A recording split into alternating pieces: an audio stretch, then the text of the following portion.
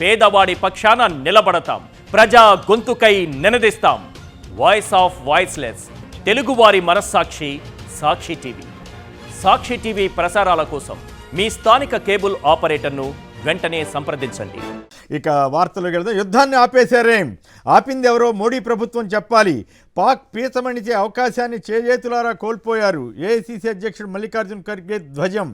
అలాగే వచ్చే ఎన్నికల్లో 100 ఎమ్మెల్యే 15 ఎంపీ సీట్లు గెలుస్తామంటున్నారు రేవంత్. రైట్. దైవం ధర్మం కర్మ. రాజ్నాథ్ సింగ్ వ్యాఖ్య అల్లూరి సీతారామరాజు వర్ధంతి సందర్భంలో. రైట్. ప్రజలకు చేరువ, సేవల మరుగు. ఇది తెలంగాణ తెచ్చుకుంది కడుక్కు తాగేందుకు కాదు, కేసీఆర్ వ్యాఖ్య. తెలంగాణలో చంద్రబాబు కోవర్టులు, ఇరిగేషన్, రోడ్లు అన్ని చోట్ల వాళ్ళ దందాలే అంటూ కాంగ్రెస్ ఎమ్మెల్యే అనిరుద్ధ్ రెడ్డి ఘాటు వ్యాఖ్యలు. ఇక చర్చలోకి వెళదాం. ముందుగా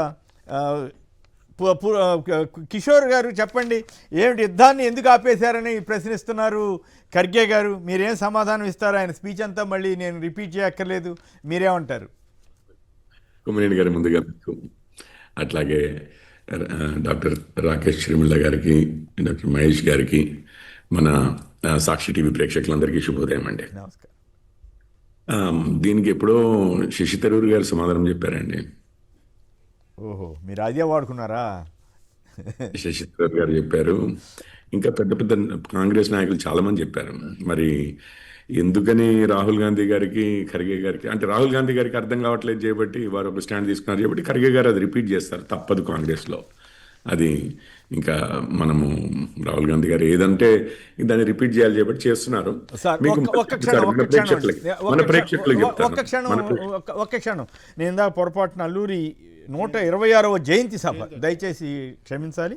జయంతి సభలో కేంద్ర రక్షణ మంత్రి రాజ్నాథ్ సింగ్ గారు, అలాగే కేంద్ర మంత్రి కిషన్ రెడ్డి గారు తదితరులు పాల్గొని ఆపరేషన్ సింధూర్ ద్వారా ప్రపంచానికి పరిచయం చేశామంటూ రాజ్నాథ్ సింగ్ గారు వ్యాఖ్యానించారు. ఈ పొరపాటు మన్నించాలని కోరుతున్నాను. రైట్. కిషోర్ గారు. సో అందరికీ విదితమే, Pakistan DGMO military operations, director general military operations, మన డీజీఎంఓ హాట్ లైన్ వాడుకొని మనల్ని రిక్వెస్ట్ చేశారు. మన ఇంటెంట్ కూడా మొదటి రోజు నుంచి కూడా మనము 9 టెర్రరిస్ట్ క్యాంపుల మీద దాడి చేసి వాటిని ధ్వంసం చేసినప్పుడు కూడా మనం చెప్పింది ఏంటంటే నాన్ ఎస్కలేటరీ, అంటే మా దగ్గర టెర్రరిస్ట్ అటాక్స్ చేశారు, మేము టెర్రరిస్ట్ని టార్గెట్ చేస్తున్నాం, మీ దగ్గర మీ ఆర్మీని కానీ మీ సివిలియన్స్ని కానీ మేము టార్గెట్ చేయట్లేదు అంటే దాంట్లో నెక్స్ట్ డే పాకిస్తాన్ ఊరుకోక ఆ పూంచ్ సెక్టర్లో దాడులకు దిగారు. షెల్లింగ్ అంటాం కదా ఈ గన్స్ ద్వారా. సో దానికి మనం రిటాలియేటరీగా మీరు మిలిటరీ ఇన్వాల్వ్ అయింది చేయబట్టి ఇప్పుడు మిలిటరీవి టార్గెట్స్ అవుతాయి. కాకపోతే మేము వ్యక్తులనో లేకపోతే దీన్నో టార్గెట్ చేయము, ఎస్పెషల్లీ ప్రజల్ని టార్గెట్ చేయమని చెప్పి కరెక్ట్గా వీటిని ఇవి ఉంటాయి కదా ఎయిర్ బేసెస్ అంటాం, ఇక యుద్ధ విమానాలు లాంచ్ చేసే ఎయిర్పోర్ట్స్ అనుకోండి, వాటిని ధ్వంసం చేశాము. వాటిని ధ్వంసం చేసి ఇప్పటికిప్పటికి మళ్ళీ రిపోర్ట్స్ వస్తున్నాయి కూడా, ఇతరత్రా కూడా స్ట్రాటజిక్ లొకేషన్స్ ఏవైతే ఉన్నాయో అయ్యిగా దాంట్లో ఏమున్నాయి ఎక్కడున్నాయి అనేది తెలియదు. కానీ పాకిస్తాన్కి ఒక వణుకు పుట్టించేటటువంటి పరిస్థితులు ఏర్పడడంతో వాళ్ళు కాల్ చేశారు. కాల్ చేసి విరమించుకుంటామంటే మనం మొదటి రోజు నుంచి అసలు మనము ఎస్కలేట్ చేయొద్దు, అంటే దీన్ని అంచెలంచెలుగా పెంచొద్దు ఈ వివాదాన్ని అని చెప్పి. అంటే ప్రాబ్లం ఎక్కడ వచ్చిందంటే అండి, మీ బీజేపీ నాయకులు కొందరు మేము యుద్ధం చేసేస్తున్నాం అని చెప్పడం కానీ, పాకిస్తాన్ ఆక్కుపడి కాశ్మీర్ ఉండబోదని చెప్పడం కానీ, పాకిస్తాన్ 4 దేశాలుగా మారద్దని చెప్పడం కానీ, ఇట్లాంటి మాటలు మాట్లాడేసరికి మీకు అంటే కేంద్ర స్థాయిలో మోడీ గారికి వీళ్ళందరికీ ఇబ్బంది వచ్చిన పరిస్థితి క్రియేట్ అయిందంటారా?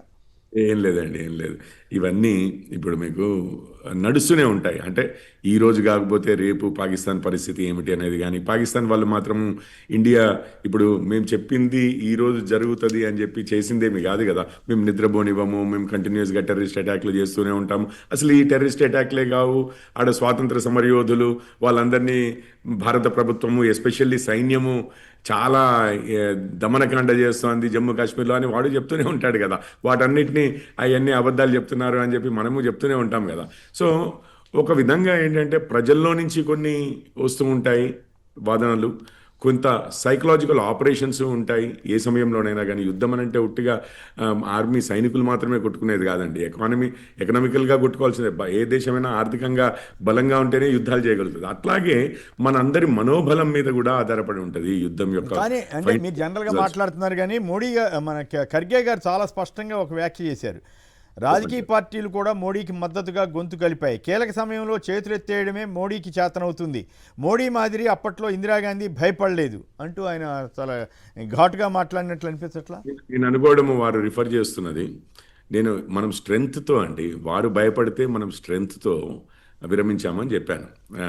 వారు కాళ్ళ బేరానికి వస్తే ఒకటి. రెండవది ఏంటంటే వారు మోస్ట్లీ అంటున్నది ఏంటంటే 1975లో మన ఇండో బంగ్లా వార్ గురించి అంటుండొచ్చు. బంగ్లాదేశ్ ఇండో పాకిస్తాన్ వార్ బంగ్లాదేశ్ తయారైనప్పుడు. అప్పుడు మీకు తెలుసు కుమ్మరేణి గారు, ఇక నేను చెప్పేది ఏమీ లేదు. ఇక్కడ ప్యానెల్లో మిత్రులకు తెలియకపోవచ్చు, ఎందుకంటే అందరము 70 తర్వాత పుట్టిన వాళ్ళే చేయబట్టి వీళ్ళిద్దరికన్నా కొంచెం పెద్దోన్ని, నేనే పెద్దోన్ని. కానీ వీళ్ళిద్దరూ తప్పనిసరిగా 70 తర్వాత పుట్టిన వారే. అయితే 92,000 మంది రామాయణ కాలంలో పుట్టలేదు సార్. నేను అనేది ఏంటంటే రాముడి కాలంలో పుట్టిన బీజేపీ సార్. అది 92,000 మంది దేశభక్తి గురించి స్వాతంత్రోద్యమంలో కూడా బీజేపీ లేదు కదా అంటున్నానయ్యా. నాకన్నా కాస్త యంగ్ అంటున్నాను. అయ్యో పాజిటివ్ కాదని ఎవరు చెప్పట్లేదు అనట్లేదు, కొంచెం యంగ్ అంటే మరీ ఇది కాదు. అయితే ఒకటి సూటిగా సమానం చెప్పండి, మళ్ళీ వీళ్ళిద్దరు కూడా మాట్లాడాలి కదా. ఇందిరాగాంధీ మాదిరిగా లేరు మోడీ గారు అనేది ప్రధానమైనటువంటి, ఇది మేము మద్దతు ఇచ్చినా మీరు చేయలేకపోయారు, యుద్ధం ఎందుకు ఆపేశారు అనేది స్ట్రైట్ ప్రశ్న ఆయన. Exactly sir. ఇప్పుడు 92,000 మంది ప్రిజనర్స్ ఆఫ్ వార్ అంటారు, అంటే పాక్ సైనికుల్ని మనము దీంట్లోకి తీసుకున్నాం, సరెండర్ అయ్యారు. వాళ్ళందరినీ తిరిగి ఇచ్చాం సార్. మన భారతదేశపు సైనికులు పాకిస్తాన్ ఆధీనంలో ఉన్న వాళ్ళని తిరిగి తీసుకోలేకపోయాం. రైట్. 92,000 మందిని ఇచ్చి మన వాళ్ళని 50-60 మంది ఉన్న వాళ్ళని వాపస్ తీసుకురావట్లేకపోయాం. 18,000 చదరపు కిలోమీటర్ల భూభాగం మన కంట్రోల్లోకి వచ్చింది. ఎక్కడ? బంగ్లాదేశ్లో కాదు, ఈస్ట్ పాకిస్తాన్లో. ఈరోజు మనం పాకిస్తాన్ అంటున్నారు, ఈరోజు బంగ్లాదేశ్ అంటున్నాం, ఈరోజు ఈస్ట్ అంటున్నాం, వెస్ట్ పాకిస్తాన్. ఈరోజు పాకిస్తాన్ ఏదైతే అంటున్నాం అందులో 18,000 చదరపు కిలోమీటర్లు మన ఆధీనంలోకి వచ్చింది. అదంతా వాపస్ చేశారు. మీకు పిఓకే తెలుసా? పాకిస్తాన్ ఆక్యుపైడ్ కాశ్మీరు 15,000 చదరపు కిలోమీటర్లు ఎంత ఉంది సార్? 13,000 చదరపు కిలోమీటర్లు, 15,000. ఇది 15, అది 13, ఇది 15, అది 18 ఉంటుంది. అంటే మీద మన ఆధీనంలో పాకిస్తాన్ యొక్క భూభాగము ఒక 2-3 వేల చదరపు కిలోమీటర్లు మన పాకిస్తాన్ ఆక్యుపైడ్ కాశ్మీర్ కన్నా ఎక్కువ మన ఆధీనంలోకి తీసుకొచ్చి అదంతా తీసుకెళ్ళి వారికి ఇచ్చేసి వాపస్లో పాకిస్తాన్ ఆక్యుపైడ్ కాశ్మీర్లో 1 కిలోమీటర్ చదరపు కిలోమీటర్ కూడా వాపస్ తీసుకోలేదు సార్. ఈరోజు మనము అభినందన్ గారు తెలుసు మీకు, కెప్టెన్ అభినందన్ అంటాము. ఈరోజు ఇంకెవరైనా మాట్లాడినవ్వండి, పాకిస్తాన్ ఏ విధంగా రెస్పాండ్ అవ్వాల్సి వస్తుందో, ఎట్లా రెస్పాండ్ అవుతుందో మనం చూస్తున్నాం. మోడీ గారి మీద పాకిస్తాన్కి ఏదో లొంగిపోయారనో, వెనక్కి దగ్గారు, భయపడ్డారు అని అంటే అనుకోనివ్వండి కాంగ్రెస్ వారు, కానీ దేశ ప్రజల్లో అయితే ఎవరు నమ్మే పరిస్థితి లేదు సార్. ఇక నేను దాన్ని పట్టుకుని నేను పెద్దగా బాధించదలుచుకోలేదు ఎవరితోటి, అది ఖర్గే గారే కావచ్చు, రాహుల్ గారే కావచ్చు.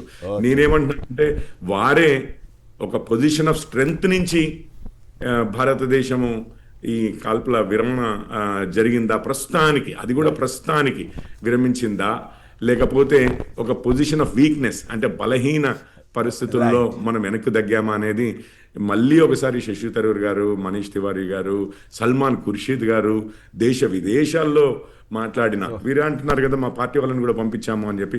మీ పార్టీ వాళ్ళని పంపించిన వాళ్ళనే మరి వారు వచ్చిన తర్వాత కలిశారో లేదో, ఎందుకంటే మిగిలిన పార్టీ వారిని రోజు ఖండించడమే సరిపోయేది, వారిని తక్కువ చేసి చూపించడమే సరిపోయేది. ఇక్కడ వారు విదేశీ క్యాపిటల్స్ లో వారు మాట్లాడుతుండగా వచ్చి